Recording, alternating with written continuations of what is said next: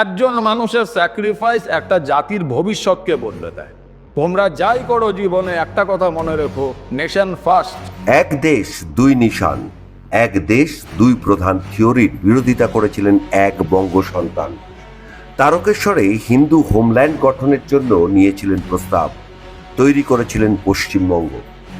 দেশের জন্য দশের জন্য দিয়েছিলেন জীবন বলিদান, সুদূর কাশ্মীরে জেলের অন্ধকুঠুরিতে। সেই কৃতি বঙ্গ সন্তান ডক্টর শ্যামাপ্রসাদ মুখার্জির আত্মবলিদানকে খাটো করে দেখিয়ে ইতিহাস ভুলিয়ে দিতে চেয়েছিলেন একদল তথাকথিত সেকুলার মার্কা বামপন্থীরা। আর ইতিহাসের পুনরাবৃত্তিতে সেই ইতিহাসকে নতুন করে ছাত্রদের মধ্যে ছড়িয়ে দিতে উদ্যোগ নিলেন উত্তরপাড়ার বিজেপি বিধায়ক ও প্রাক্তন সেনাকর্তা দীপাঞ্জন চক্রবর্তী। একজন মানুষের স্যাক্রিফাইস একটা জাতির ভবিষ্যৎকে বদলে দেয়। তোমরা যাই করো জীবনে একটা কথা মনে রেখো, নেশন ফার্স্ট। রাজ্যের শাসন ক্ষমতায় যখন শ্যামাপ্রসাদের দল বিজেপি, তখন ভুলিয়ে দেওয়া ইতিহাসকে আবার সামনের সারিতে আনার চেষ্টা করলেন এই বিজেপি বিধায়ক। ছাত্রদের নিয়ে শটান পৌঁছে গেলেন শ্যামাপ্রসাদের স্মৃতি বিজড়িত সংগ্রহশালায়।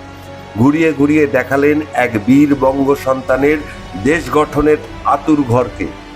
আজকের পশ্চিমবঙ্গ, আজকের ভারতবর্ষের পটভূমিকায় ডক্টর শ্যামাপ্রসাদ মুখার্জির অবদান যে ইতিহাসের স্বর্ণাক্ষরে লেখা থাকবে, সে কথাও ছাত্রদের মাঝে বুঝিয়ে দিলেন এই সেনাকর্তা।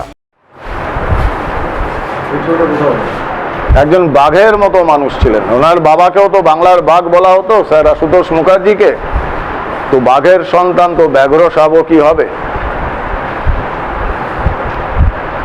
আমাদের আজকের পশ্চিমবঙ্গ থাকতোই না পশ্চিমবঙ্গ। কারণ আমি তোমাদের আগেও বলেছি যে 46 সালে ভারত যখন ডিভাইড করা হলো, ব্রিটিশরা চেয়েছিল, কারণ এই ভারতকে ব্রিটিশরা ভয় পেত। যখন ওরা চেয়েছিল ব্রিটিশরা ভারত ভেঙে টুকরো হোক, তখন কংগ্রেসের যে নেতা ছিলেন, গান্ধী মানুন বা না মানুন, বিশেষ করে নেহেরু, তিনি আর পাকিস্তানের যে জনক মোহাম্মদ আলী জিন্না, ওরা দুজনে চেয়েছিলেন যে ধর্মের ভিত্তিতে ভারতটা ভেঙে যাক। এবং তখন জিন্না আবদার করেছিল যে একটা তো পশ্চিম পাকিস্তান, তোমরা জানো, করাচি, লাহোর, রাওয়ালপিন্ডি, পেশাওয়ার, আরেকটা ছিল পূর্ব বাংলা, যেখানে যেহেতু ধর্মের ভিত্তিতে বলেছিল, যেহেতু মুসলিম প্রধান এলাকাগুলোকে নিয়ে পূর্ব পাকিস্তান আর পশ্চিম পাকিস্তান হয়। এবং তখন নেহেরুর কাছে যে আবদার জানায় জিন্না যে এই পূর্ব পাকিস্তানের মধ্যে আমরা পশ্চিমবঙ্গকে চাই। পশ্চিমবঙ্গ, বিহার, উড়িষ্যা, ঝাড়খণ্ড, তখন তো ঝাড়খণ্ড আর বিহার একই ছিল, এগুলোকে চাই।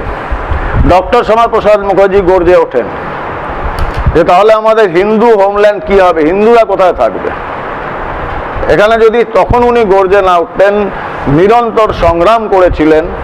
এবং তারকেশ্বর, তোমরা জানো যে আমাদের হুগলি জেলাতেই রয়েছে, সেই তারকেশ্বরের মিটিংয়ে একটা উনি তারকেশ্বর রেজলিউশন পাস করানো হয়, সেটা নিয়ে ভোটাভুটি হয় যে পশ্চিমবঙ্গ বা বাংলার এই প্রান্ত, তখনও পশ্চিমবঙ্গটা শুরু হয়, বাংলার এই অংশটা ওটা কোনো মতেই পাকিস্তানের মধ্যে যাবে না, এটা ভারতের মধ্যেই থাকবে।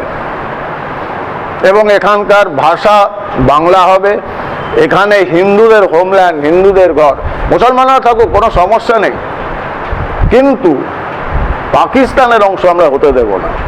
এবং সেই তারকেশ্বর রেজলিউশনের পর যখন ভোটাভুটি হয়, 55 জনের মতো, আমার ঠিক নাম্বারটা মনে নেই, 50-এর ওপরে বেশি লোক ভোট দেয় যে এই বাংলার এই অংশটা ভারতের মধ্যেই থাকবে, পশ্চিমবঙ্গ থাকবে, আর 21 জন তার বিপক্ষে দেয়। এবং তার জন্যই আজ তুমি বলতে পারছো যে আমি ভারতীয়, আমি পশ্চিমবঙ্গের অধিবাসী। নাহলে তোমাকে বলতে হতো যে আমি পাকিস্তানি, বা 71 সালে বাংলাদেশ হয়ে যাওয়ার পর আমি বাংলাদেশি। রাজনীতি আর ইতিহাস ভোলানোর চক্করে এই বীর বঙ্গ সন্তানের অবদান যখন বাঙালি ভুলতে বসেছিল, ঠিক তখনই দীপাঞ্জন চক্রবর্তীর এই উদ্যোগ যে নিঃসন্দেহে একটি ব্যতিক্রমী ধারা, সে কথা বলাই যায়। Bureau report, news poll Bangla.